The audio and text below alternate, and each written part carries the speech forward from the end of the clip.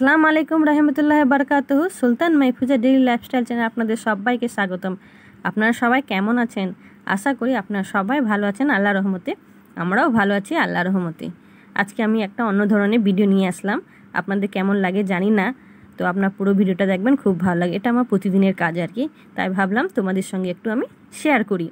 এটা রান্না করা, যেখানে আমি রান্না করি উনুন সালে আর কি, সেখানে প্রতিদিন আমি মাটি দিয়ে একটু লেপে দিই আর কি।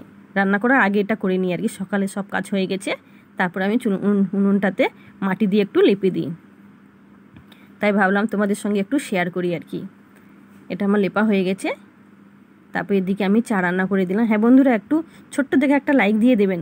অনেক বন্ধুরা কি করে ভিডিও দেখে চলে যায়, কমেন্ট করে দেয়, কিন্তু লাইক দেয় না, ভুলে যায় আর কি। এটা তাই জন্য বললাম, একটা ছোট্ট দেখে একটা লাইক দিয়ে দেবেন বন্ধুরা। এখানে আমি দুধ চা নিয়েছি, পেটিস দিয়ে খেয়ে নেব আর কি। খাওয়ার পর তারপর আমি রান্না করতে যাব। এদিকে একটা এখানে মাছবালা এসেছিল, ওইখান থেকে একটা মাছ নিলাম আর কি, 1 কেজি সাইজে পোনা মাছ, মেডিকেল মাছ বলে কি আর কি। এই মাছটাকে নিলাম, ভালো করে কেটে পরিষ্কার করে ধুয়ে নিয়েছি। অতগুলো মাছ রান্না করব না, কিছুটা রেখে দেব।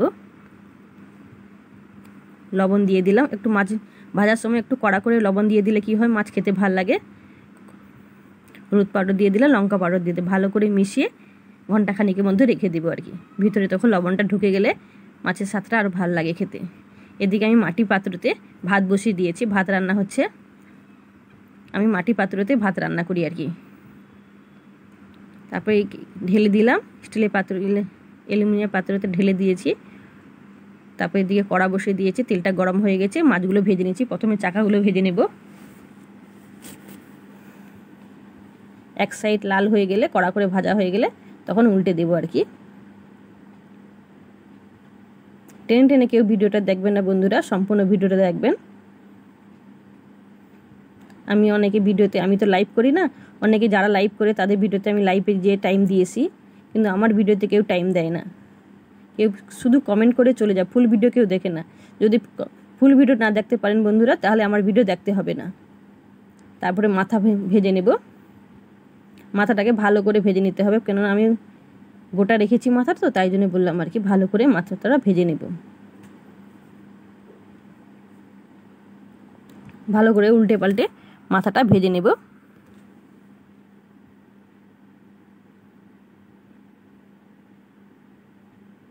মাথাটা আমার ভাজা হয়ে গেছে, এবার তুলে নিলাম। সবগুলো মাছ ভাজা হয়ে গেছে। ওই তেলে পেঁয়াজ পেস্ট দিয়ে দিলাম।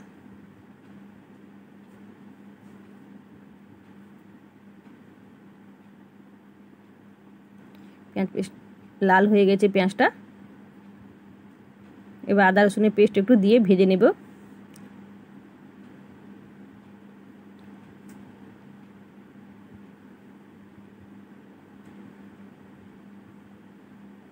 যারা ডেলি ব্লগ ভিডিও করে, তাদের 10 মিনিট 15 মিনিটের ভিডিও থাকে, তাদের ভিডিওতে দিয়ে আমি ফুল ওয়াচ করে আসি। হলুদ পাউডার দিয়ে দিলে 1 চামচ, লঙ্কা পাউডার দিয়ে দিলাম 1.5 চামচ। যে যেরকম ঝাল পছন্দ করে সেরকমভাবে আপনারা দিতে পারেন আর কি।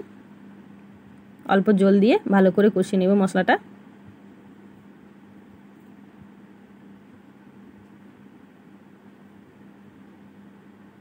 ধনিয়া পাউডার দিয়ে দিলাম এখানে 2 চামচ, জিরা পাউডার দিয়ে দিলাম এখানে 1 চামচ।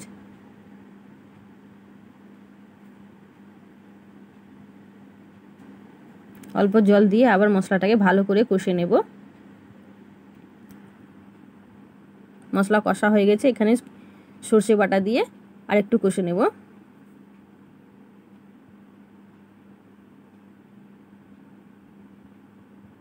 অল্প জল দিয়ে দিলাম, কষা হয়ে গেছে। জলটা একটু বেশি করে দিলাম, পাতলা জ্যান্ত মাছ তো, তাই পাতলা ঝোল করবো আর কি, তাই জন্য জলটা একটু বেশি দিলাম। মাছগুলো দিয়ে দিলাম, মাথা রয়েছে, একটু ভালো করে ফুটিয়ে নেব আর কি। সব মাছগুলো দিয়ে দিলাম।